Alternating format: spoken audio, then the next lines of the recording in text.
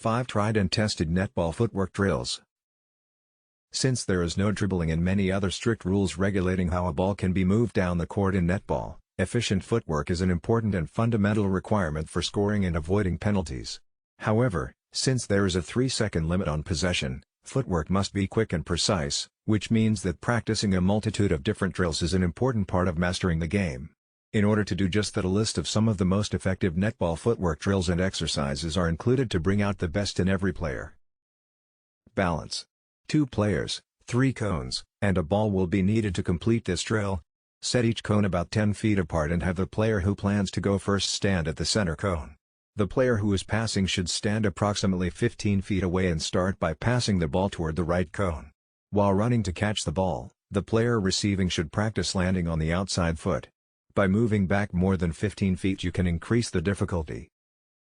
Reaction. 2 or more players face one another approximately 10 feet apart.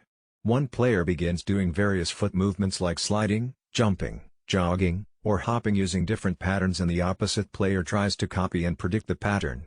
Switch jobs after several minutes of practice and make sure every player gets the opportunity to try. Speed. 2 or more players can line up on the opposite side of the court from their designated cones.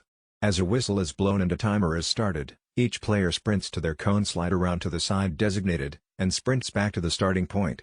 Repeat for the right and left sides and then see if the players can beat their time. Also, to increase difficulty, more cones can be added.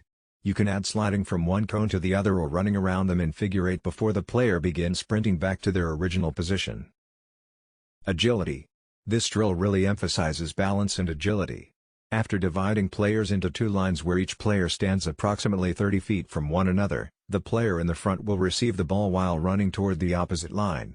When the receiver catches the ball and lands on one foot, he or she yells ice. As soon as the trailing foot lands on the ground, the player must yell cream and pass the ball to the other group. The drill continues until each player has had an opportunity to participate. Balance, speed, agility. While 2 feeders stand approximately 15 feet apart on corners of the court, the worker receives the ball and begins running to the left and passing to the feeder that is diagonal from their position.